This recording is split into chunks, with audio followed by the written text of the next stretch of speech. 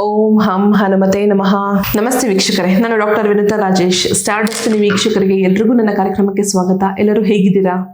ಚೆನ್ನಾಗಿದ್ದೀರಾ ಅಂತ ಭಾವಿಸ್ತಾ ಬನ್ನಿ. ಇವತ್ತು ನಾವು ಪೂರ್ವ ಫಾಲ್ಗುಣಿ ನಕ್ಷತ್ರದಲ್ಲಿ ಹುಟ್ಟಿರುವಂತವ್ರ ಬಗ್ಗೆ ತಿಳ್ಕೊಳ್ಳೋಣ. ಪೂರ್ವ ಫಾಲ್ಗುಣಿ ನಕ್ಷತ್ರ, ಇದನ್ನ ಶಾರ್ಟ್ ಆಗಿ ಪುಬ್ಬ ನಕ್ಷತ್ರ ಅಂತಾನು ಕೂಡ ಹೇಳ್ತೀವಿ. ಸೊ ಸುಮಾರು ಜನಕ್ಕೆ Pubba is a full form of Purva Phalguni, ಅಂದ್ರೆ ಪುಬ್ಬ ನಕ್ಷತ್ರನ ಫುಲ್ ಫಾರ್ಮ್ ಮಾಡಿದ್ರೆ ಪೂರ್ವ ಫಾಲ್ಗುಣಿ ಅನ್ನುವಂಥದ್ದು ಎಷ್ಟು ಜನಕ್ಕೆ ಗೊತ್ತಿರೋದಿಲ್ಲ. ಸೊ ಪುಬ್ಬ ನಕ್ಷತ್ರ ಅಥವಾ ಹುಬ್ಬ ನಕ್ಷತ್ರ ಅಂತಾನು ಕೂಡ ತುಂಬಾ ಜನ ಅದನ್ನ ಫೇಮಸ್ ಆಗಿ ಅನ್ಕೊಂಡಿರ್ತಾರ. ಸೊ ಈ ಮೂರು ನಕ್ಷತ್ರನು ಒಂದೇನೆ. ಹುಬ್ಬ ಅಂದ್ರೂ ಅದೇ, ಪುಬ್ಬ ಅಂದ್ರೂ ಸಹ ಅದೇ, ಮತ್ತೆ ಪೂರ್ವ ಫಾಲ್ಗುಣಿ ನಕ್ಷತ್ರ ಇದು ಆಕ್ಚುಲ್ ಆಗಿ ಇರುವಂತಹ ನಕ್ಷತ್ರದ ಹೆಸರು.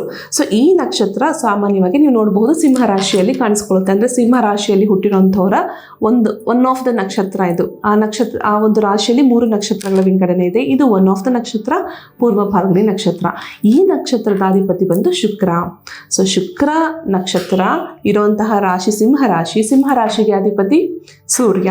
ಸೊ ಸೂರ್ಯನಲ್ಲಿ ಶುಕ್ರ ಸೇರ್ಕೊಂಡಾಗ ಯಾವ ರೀತಿ ಆಗುತ್ತೆ? Actually it's not a good sign. ಅಂದರೆ ಒಂದು ರೀತಿಯಲ್ಲಿ ಏನಿರ್ಬೋದು, ಎನಿಮಿಟಿಕ್ ಆಗಿರುತ್ತೆ. ಅಂದರೆ ಇವೆರಡರ ಮಧ್ಯೆ ಯಾವಾಗಲೂ ಯುದ್ಧ ನಡೀತಾನೆ ಇರುತ್ತೆ. ಶುಕ್ರನ ತತ್ವಗಳಿಗೆ ಸೂರ್ಯನ ತತ್ವಗಳು ಫಾಲೋ ಮಾಡೋದಿಲ್ಲ, ಇಲ್ಲ ಸರಿ ಇಲ್ಲ ತಪ್ಪು ಅನ್ನೋಂಥದ್ದು. ಮತ್ತು ಇನ್ನೊಂದು ಯಾಕೆ ಇಷ್ಟ ಆಗಲ್ಲ ಸೂರ್ಯನಿಗೆ ಶುಕ್ರನ ಕಂಡ್ರೆ ಅಂತಂದರೆ, ಶುಕ್ರ ಯಾವಾಗಲೂ ದೈತ್ಯರಿಗೆ ಹೆಚ್ಚಾಗಿ ಸಪೋರ್ಟ್ ಮಾಡುವಂಥದ್ದು.